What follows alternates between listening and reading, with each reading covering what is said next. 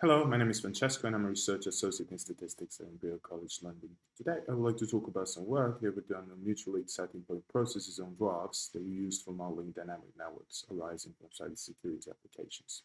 This joint work with Professor Nick Hurd, who's chairing statistics at Imperial College London. As I said before, this work will mainly be about dynamic networks. So event data from dynamic networks are usually observed as striplets. In this case, I denote them as Ti, Xi, Yi, where Ti is the event time, Xi is the source node, and Yi is the destination node. Each of the source and destination nodes, Xi and Yi, belongs to a set of nodes V, which is of size n, which I consider to be fixed for the entire observation period. And the sequence of graph edges induces a directed network AJC matrix that I denote with the letter A, where Aij is 1 if node I connected to node J at least once, and Aij is 0 otherwise. I have a toy example of this at the bottom of this slide, where we have a sequence of arrival times on each edge, which induces a network AJC matrix of size 4 by 4, where we have 4 links. The main application of interest for this work is cybersecurity, and in particular, we're interested in new links arising in computer networks. The idea is that if we observe some connections between some machines, in this case, 2 hosts and 2 internet servers, it's possible that if we keep observing a network for long enough, we might also have new links appearing in this network. So in this case, the arrival times number 21 and 22 happen to be on a new link that wasn't observed before. This is particularly important because attacks on computer networks usually tend to form new links. So it's particularly important to be able to infer properties of the unobserved links from observed processes and observed edges in such a way that we can immediately score and give anomaly scores to new links when we observe them. So the objective of this work is to propose a model which can calculate anomaly scores for those unobserved marks.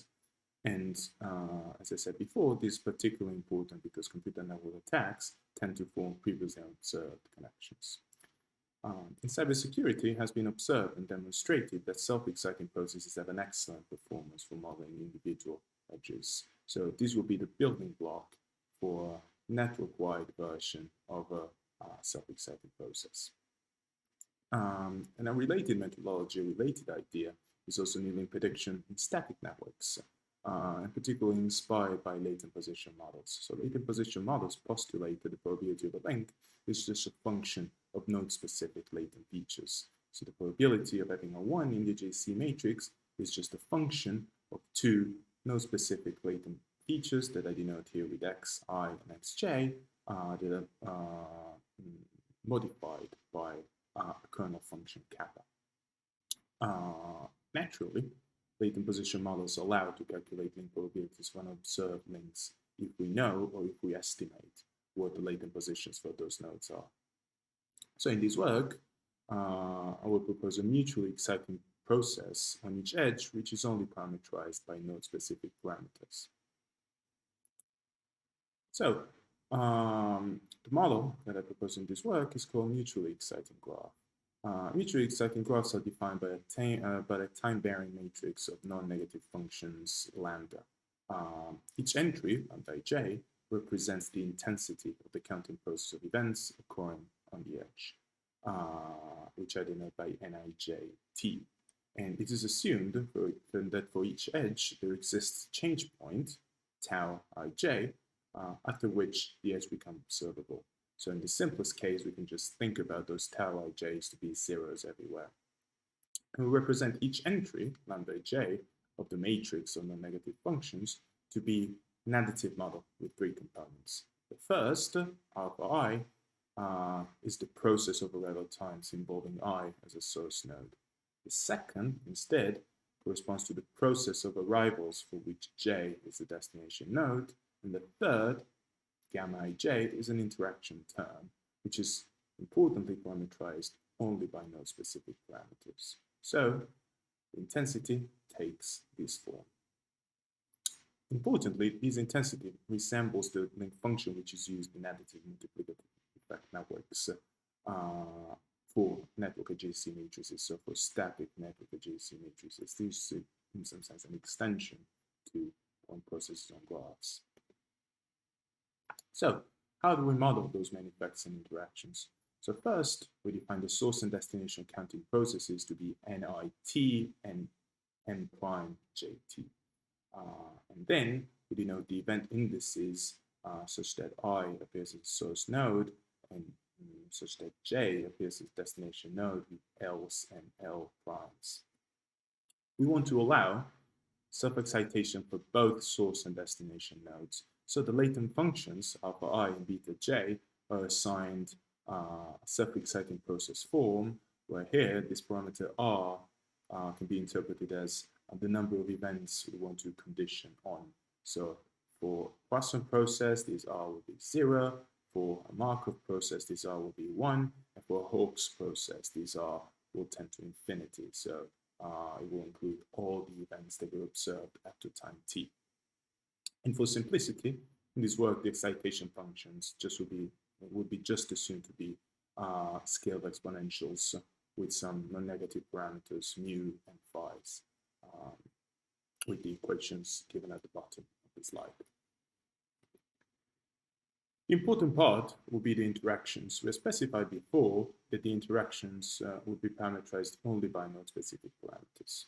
Here, as before, we define the indices of events observed on the edge ij using indices else, and we assume that the interaction term has a background rate obtained as the inner product between two node-specifically dimensional baseline parameter vectors that I denoted with lambda, and then a self-excitation component, which again depends on the last R events observed on the edge.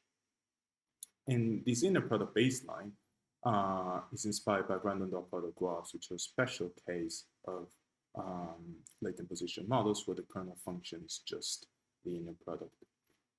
And as before, the excitation function is expressed as a sum of scaled exponentials, which are parameterized only by node-specific, non-negative, latent d-dimensional vectors nu and theta. So here, I just try to give an example of what those main effects and interactions look like. So in this cartoon, you can see a one-dimensional mutually exciting graph with some pre-specified values of the parameters, with events for the source node I denoted by triangles, events with source node I and destination node J denoted by triangles, events only involving source node I denoted with circles, and events only involving the destination node J denoted by squares. So as you can see, there are 3 triangles here that also appear for the main effects beta and alpha, and 3 more circles and 2 more squares that only appear in alpha and beta respectively. And this is the resulting intensity of the process. So as you can see, this mutually exciting graph model is able to express quite complex intensity functions on individual edges. For inference, we optimize the log likelihood via gradient descent methods, in particular Adam, where the log likelihood for a sequence of observed events up to time big T is just given by this equation here. For the goodness of fit of the model, we studied the distribution of the p-values for out-of-sample events. Given arrival times on an edge ij, then the upper tail p-values can just be computed by calculating integrals of the estimated intensity functions. And under the null hypothesis of correct specification of the conditional intensity, then those p-values should be uniformly distributed. We assess the performance of this model on the M1 email network, which is a collection of record emails, emails exchanged between the employees of M1 corporation. which was already demonstrated to be well modeled by a self-exciting point process in the work by Fox and others in 2016 in JASA. We have almost 35,000 distinct triplets XYT, which correspond to the messages exchanged between 184 employees in almost 4 years of data, for a total slightly larger than 3,000 edges. It's important to note here that emails can have multiple recipients, and event times are also recorded to the nearest second. So the model has slightly been adapted with the Rebels model by a discrete time process.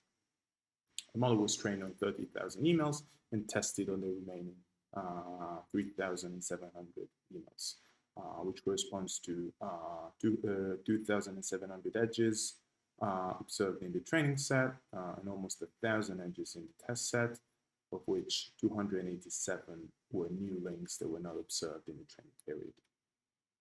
So these are the results for a specific choice of tau ij. It is not particularly easy to see what a good performance is, but in bold I have the best results in terms of Komogoro's minimum scores. The important thing to note here in this table is that the maximum likelihood approach for tau ij has a drawback, because the p-values for the first observation on each edge are always 1. This implies that the Komogoro's minimum scores are bounded below by the number of links in the data set, which is in this case 2,700 for the training set, divided by the total number of observations, was a little bit more than 30,000. So more or less 0.088 was the lower bound for the KS score, which is interestingly is attained by the Markov model for the interaction and all the models for the main effects. There are alternative choices that we can make for the tau ij's. So here I have a table that produces the same results for the same combination of models for tau ij equals 0, and the best performance is obtained by a Markov model for the interactions and a Hawkes process for the main effects, which achieves for dimensions d5 and d10 for the interactions the scores around 0.04 for the training set and 0.09 for the test set. And performance is also much better than alternative node-based models. So for Poisson processes, the KS score is around 0.4. For Hawkes processes, we have almost 0.25. And for the mutually exciting process with intensity, depending on the received emails, proposed in Fox and others, the KS score is slightly larger than 0.28, which is still much larger than the KS score obtained by the mutually exciting graph method. The best performance is obtained using the information that we have on the GC matrix, which, as you can see from the table, which is KS score of 0.015 on the training set and 0.08 on the test set, again for a Markov model for the interaction and a Hawkes process for the main effects with dimensions 5 or 10. In general, setting Tij using this method, tau ij using this method, seems to outperform competing strategies. But the most important message of this table is that definitely the interaction term should be included always in the model. And finally, I wanted to present some results on empirical NetFlow data. NetFlow data are just summaries of connections between internet protocols or IP addresses. In this case, the data consists of 2 million, more or less, arrival times in milliseconds, which were recorded in 3 weeks at Imperial College, corresponding to internet connections. So connections between 173 clients hosted within the Department of Mathematics, connecting to more or less 6,000 internet servers on ports 80 and 443. And this results in more or less 150,000 unique edges in total. And the MEG model is trained on the first 2 weeks of data, corresponding to 1.3 million events, and tested on 650,000 events observed in the final week. Interestingly, in this data set, we have a number of unique edges in the training set, which is 100,000 and 1,500 and 70,000 in the test set, but only 30,000 edges are observed in both time windows, which implies that 40,000 new edges are observed in the test set. So it's particularly important to infer properties about those new edges from the training set to be able to give anomaly scores to those events. Again, running the MEG model, setting tau ij using the JSC matrix, we obtain a very good performance in terms of common gross minimum scores. And again, the best performing model uses a Markov model for the interactions, and in this case, a Markov model also for the main effects. And it reaches a KS score of 0.07, both on the training set and on the test set. Here, you can see the QQ plots for the performance of the different models, where the main effects were given a Markov model structure, and the interactions have different types of parameters that are specified in the legend. And here, we can see the scatter plot of the common gross minimum scores for each edge against the logarithm of the total number of connections in each edge for the best performing model in the previous table, which again was the Markov model for main effects and interaction. As you can see here, as expected, the performance increases, so the common gross minimum scores get smaller if we observe more events on each edge. So, just to conclude, today I presented mutually exciting graphs, a network-wide model for point processes with dyadic marks, and this model uses edge-specific intensities that are obtained only via node-specific parameters. It's very useful for large and sparse graphs and allows to predict events observed on new edges. These really exciting graphs outperformed results that were previously obtained in the literature on the neural network. And if you're interested in this work and you want to read about more details, you can scan the QR code to get the archive preprint. And if you're interested in implementing this method in your data, you can download the Python code, which is available in the GitHub repo, which is called MEG. And these are the references that are used for this presentation. Thank you for listening, and I'm looking forward to hearing your questions at the live sessions. Thank you.